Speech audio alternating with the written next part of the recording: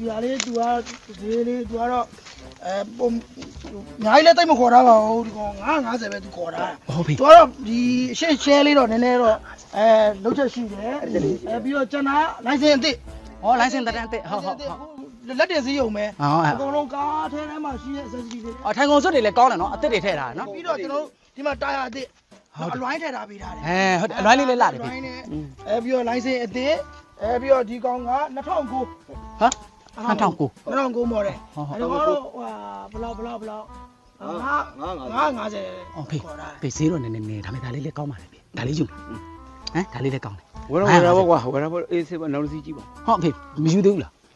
နေပါဦးကွာတာရဲ့မင်းနောက်တစ်စီးကြည့်ပါကားတွေအများကြီးမင်း ပေးရော ရှားလေးကောင်းတယ် ဟုတ်ပြီ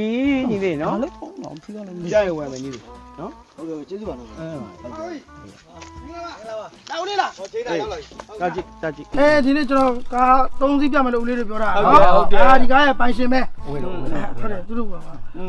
တော့တတိတွေ ဟောတော့ဒီ နော် ကြည့်ရစကား နေပါဦးမင်းကားဘယ်လောက်ဆိုလဲစီရ ဟောကျွန်တော်ကားဟို900ပါ900ပါဦး 900 ဟုတ်ကဲ့ ဖေး900 တန်းတယ်နော်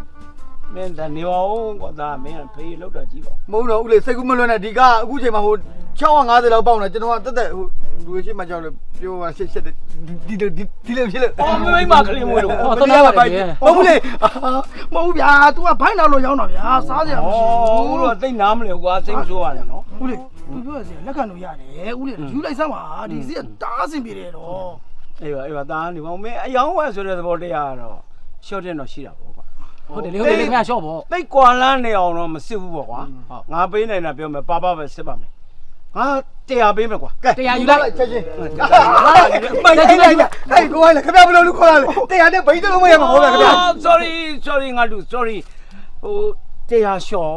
400ထားဒီလို လေးရပြောတာဖေးလေးရအောင်ပြောတာ ဗျာ ဟိုဒီစီကလက်ခံလို့ရပါတယ်ဗျာ तू ပြောတဲ့စီကတခိုးသေးတာပဲရှိတာရုပ်တရက်မြတ်ကြည့်မှဆိုရင်ခိုးလာပြီးလာရောက်တယ်လို့တော့ထင်လို့ရတယ်စီက ဘာလဲဟိုပြန်လုပ်တဲ့ကန်းကုန်တော့ပါပဲ